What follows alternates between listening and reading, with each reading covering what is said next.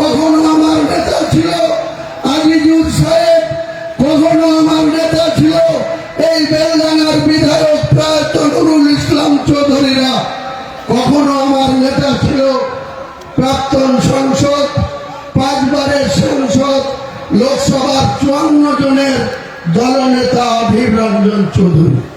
মুসলমানরা যখন 72% জয়পুর লোকসভায় মুসলমান ভোট, যখন প্রণব মুখার্জিকে ভোট দিয়ে নির্বাচিত সাংসদ করে, সেই মুর্শিদাবাদের মুসলমানরা তখন সাম্প্রদায়িক হয় না, তারা গদ্দার হয় না। মুসলমানরা যখন শুরু থেকে বামফ্রন্টের সেই RS পৃথ্বীদীপ চৌধুরী থেকে শুরু করে, ননীগোপাল ভট্টাচার্য থেকে শুরু করে প্রমথেশ মুখার্জিদেরকে বারবার ভোট দিয়ে বহরমপুরের সাংসদ রূপে পাঠায়, তখন মুসলমানরা ধর্ম নিরপেক্ষতায় থাকে। কিন্তু যখনই অধীর চৌধুরীর বিরুদ্ধে ভোট দিয়ে ইউসুফ পাঠানকে ভোট দেয়, এই ইউসুফ পাঠানকে ভোট দিয়ে জিতানোর জন্য মমতা বন্দ্যোপাধ্যায় আমাকে নির্দেশ দিয়েছিল। তার নির্দেশ কার্যকরী করতে গিয়ে আমি হিন্দু সমাজের মানুষকে বলেছিলাম 1 মে 2024 সন্ধ্যা 7টা, তার আগে 30 এপ্রিল 2024, 24 ঘন্টা আগে উত্তরপ্রদেশের মুখ্যমন্ত্রী যোগী আদিত্যনাথ এসে, যেখানে 70-72% মুসলিমের বাস যে জেলায়, সেই জেলায় এসে তিনি আমার বুকের উপরে দাঁড়িয়ে আমাকে দাঙ্গাবাজ আখ্যা দিয়েছিল, আমাদেরকে উল্টো করে টাঙিয়ে সিধা করার কথা বলেছিল। তার প্রতিবাদ করে তৃণমূলের এইসব জেলার MLA নেতা, অনেক বড় বড় এখন কোঅর্ডিনেটর হয়েছে, তারা কোনোদিন মুখ খুলেনি। এই হুমায়ুন কবিরকে তার প্রতিবাদ করতে হয়েছিল। মমতা বন্দ্যোপাধ্যায় 1 মে 2024 ভোট ছিল মুর্শিদাবাদের, বহরমপুর, মুর্শিদাবাদ আর জঙ্গিপুর কেন্দ্রের 7 মে 2024, বহরমপুর, দুর্গাপুর, কৃষ্ণনগর, রানাঘাট এসবের ভোট ছিল 13 মে 2024। 1 তারিখে মালদা থেকে প্রচার করে এসে মমতা ব্যানার্জি হেলিকপ্টার নিয়ে বড়ুয়া কিষাণ পার্টির মাঠে নেমে আমাকে ডেকে বলেছিল যে হুমায়ুন, আজকের দিনে আমার কাছে খবর আছে অধীর চৌধুরী আবার জিতে যাচ্ছে, ইউসুফ পাঠান হেরে যাচ্ছে, মোহাম্মদ সেলিম জিতে যাচ্ছে, আবু তাহের খান হেরে যাচ্ছে, তুমি একটা কিছু করো।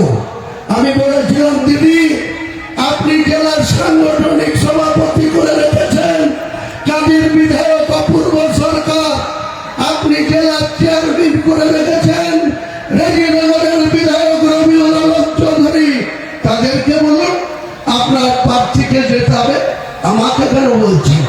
তখন বলেছিল যা হবার হয়েছে, তুমি কেবল, আমি ইউসুফের বাবা মাকে কথা দিয়ে বরোদা থেকে, গুজরাট থেকে বহরমপুরে নিয়ে এসছি, তুমি পারবে, তোমার কথা মুর্শিদাবাদের মানুষ শুনে। তাই যখন তুমি ছিল না তখন আমি 2001 সালে একটা পেয়েছিলাম, যখন তুমি ছিল না 2016-তে আমি 4টে পেয়েছিলাম, যখন তুমি আমার সঙ্গে ছিল 22-এর মধ্যে 20টা পেয়েছি। কাজে তোমাকে এটা করতে হবে। তাই সেদিন আমি যোগী আদিত্যনাথ যেভাবে মুসলমান সম্প্রদায়ের লোককে উল্টো করে টাঙিয়ে সিধা করার কথা বলেছিল, তার 24 ঘন্টার মধ্যে আমি বলেছিলাম যোগী আদিত্যনাথজি, এটা ইউপি না, এটা বাংলার মুর্শিদাবাদ। মুর্শিদাবাদ আমরা বসবাস করি, আমরা কোনো সাম্প্রদায়িক রাজনীতি করিনি, কোনোদিন করব না। কিন্তু আপনি যদি মুর্শিদাবাদের মাটিতে দাঁড়িয়ে আমাদেরকে উল্টো করে টাঙিয়ে সিধা করতে চান, আমি হুমায়ুন কবির মাত্র 2 ঘন্টা সময় নেব। নির্দেশ দিলেই আপনার এই বিজেপি করা হিন্দু কটাকে 2 ঘন্টার মধ্যে ভাগীরথী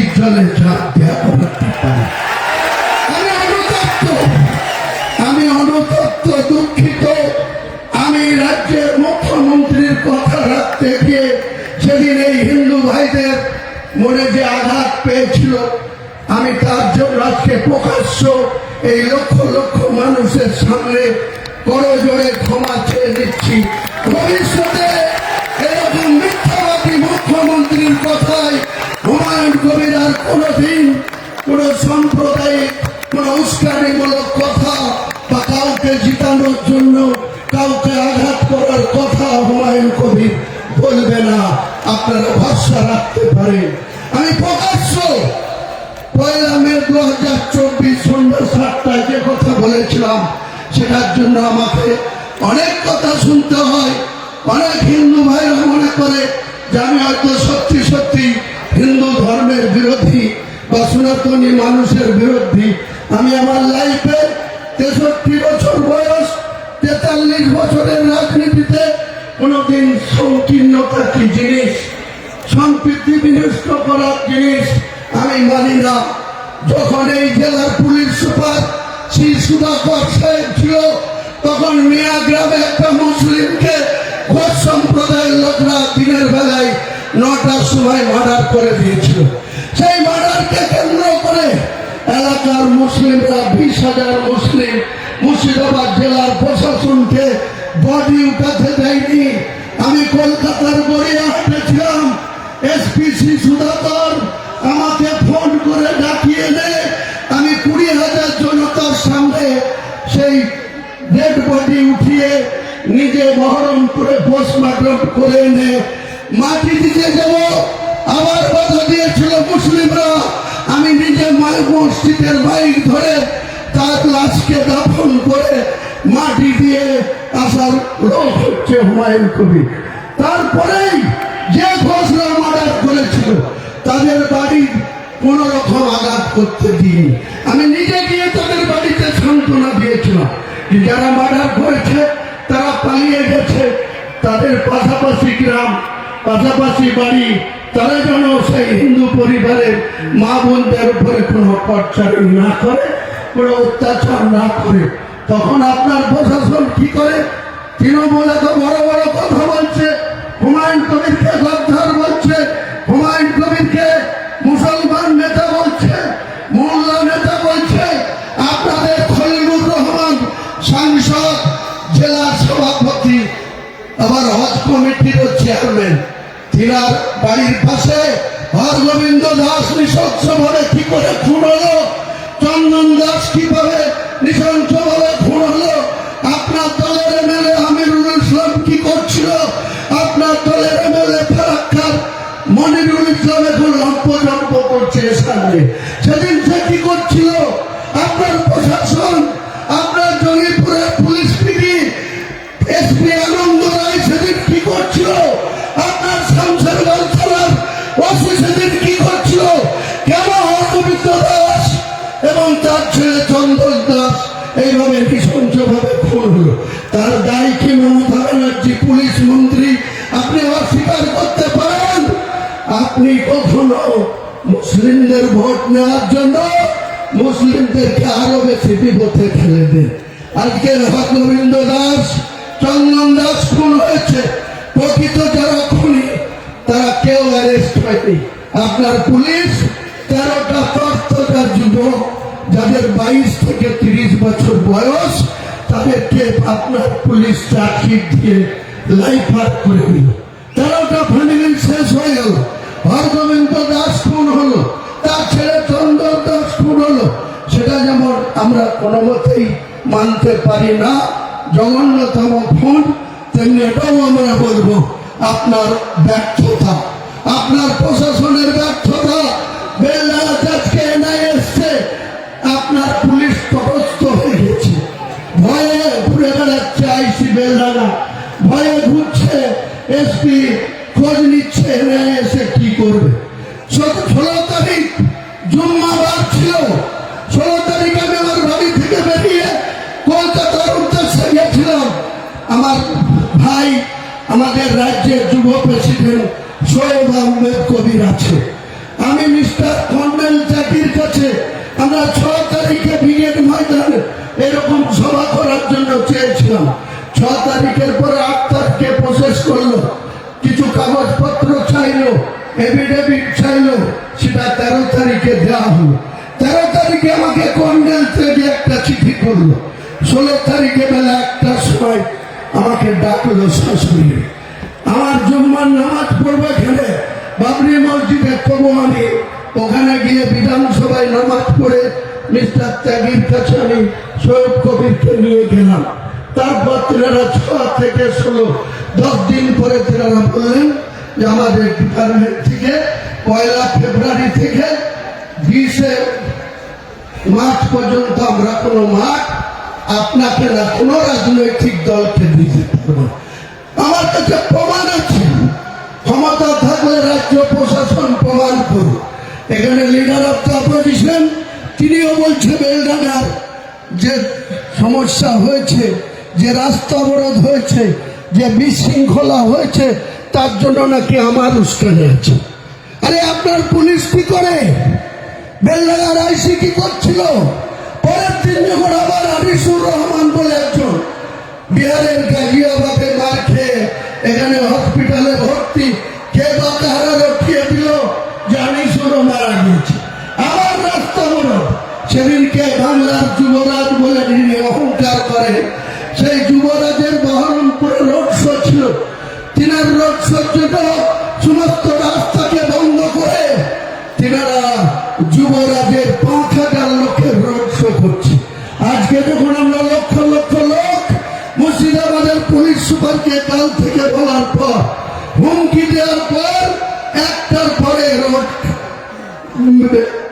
হেভি ভিজিলেন্স তারা বন্ধ করল। কারণ সকাল থেকে বন্ধ করা যেত না। অভিষেক বন্দ্যোপাধ্যায় আসবে, রাজপুত্র আসবে, তার জন্য আপনারা পুলিশ প্রশাসন একদম তটস্থ।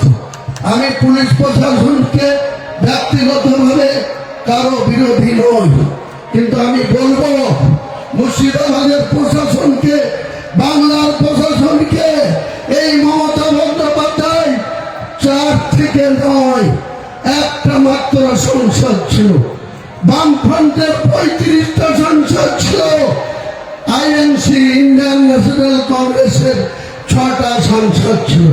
মমতা বন্দ্যোপাধ্যায় আপনি অতীতকে ভুলে যাচ্ছেন। আপনি অতীত ভুলতে পারেন।